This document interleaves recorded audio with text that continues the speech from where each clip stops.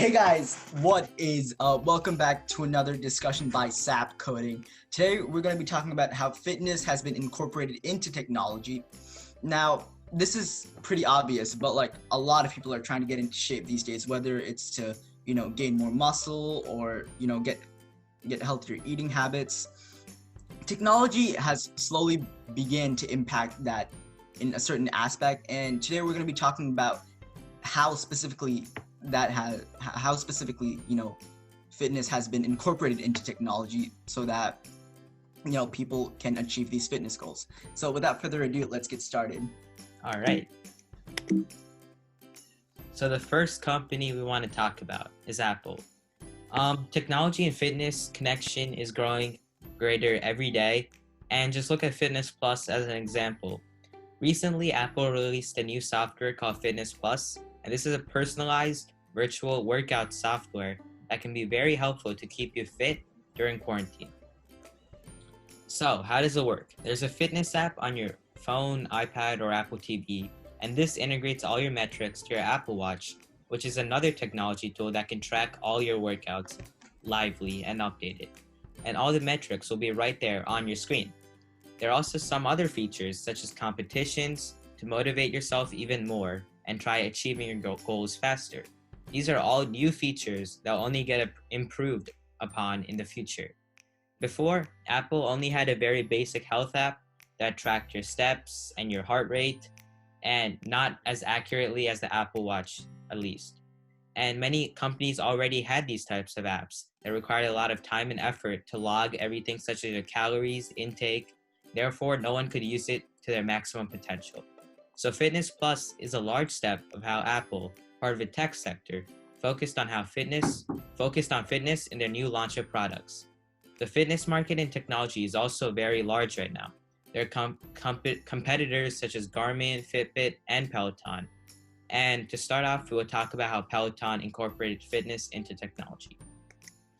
So I think Peloton is especially cool because sort of like how Azrit was mentioning with Fitness Plus, it's almost as if Fitness Plus was sort of incorporated into the Peloton machines to sort of make them a little bit more unique and functional. So let's focus a little bit more on Peloton in specific because they've only started to become popular very recently.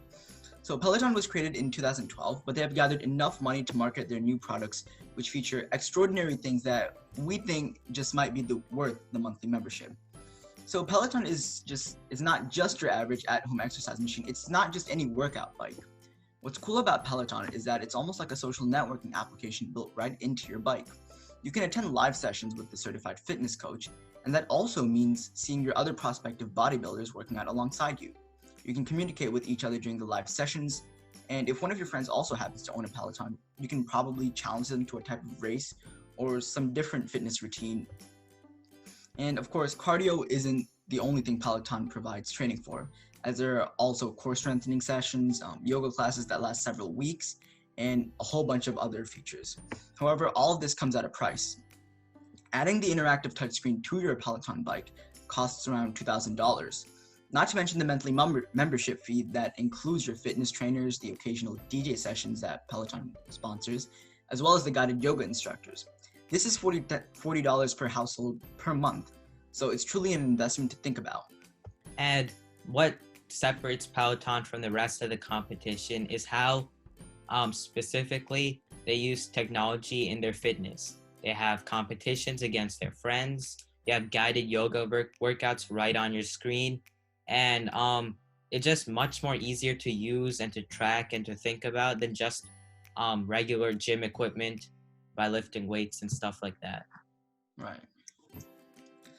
So kind of like how Azrit sort of went in depth with Fitness Plus by Apple, like everyone already knows that there are a whole bunch of other calorie tracker apps out there, and some of the best, or one of the best ones in my opinion, is Weight Watchers, and along with MyFitnessPal, but we'll get into that one a little later. Now, Weight Watchers has been around for a very long time. I'd say around like 60 years. And that most likely means that they have experience on how to deal with modern day health issues, such as strengthening specific muscle groups, maintaining healthy food habits, and of course, the most common one, losing fat. Weight Watchers, although a paid program, is very technologically knowledgeable. The fact that it has been around since the early 60s, since like 1960s, means that they have experimented and maybe have even utilized many different forms of technical communication to better enhance their service. They've made their way through online billboards, which are just advertisements in websites with heavy traffic. So if you're going onto wikipedia.com or maybe even target.com to do some online shopping, you might see a Weight Watchers ad in the margins. So the fact that they have celebrity endorsers as well, such as, Oprah Winfrey, has allowed for Weight Watchers to enter into people's lives with technology. Now, one which less people may know about, MyFitnessPal, is also a pretty useful online tool that has been created by Under Armour, actually. So you can use this to track and maintain your calories. Now, MyFitnessPal has both a free and a paid service. The free service isn't really that complicated. It adds a wide database of different foods from various ethnicities. So you can find traditional Indian foods, Chinese foods, Mediterranean, Kenyan, and a whole bunch of other foods. And I think this is perhaps MyFitnessPal's best features, because that way you're counting your calories a little bit more efficiently without leaving out any specific details, or in more specifically, important details. Now, each of these foods have a designated calorie, carb, sugar, and fat value, and all of them will be added to total your daily calorie intake, along with your average macromolecule intake. This will be compared to your goal weight, and it will even estimate your weight in 5 weeks based on just your diet. All right. So one thing that sets this this discussion apart is astronauts. How astronauts train and how it's important.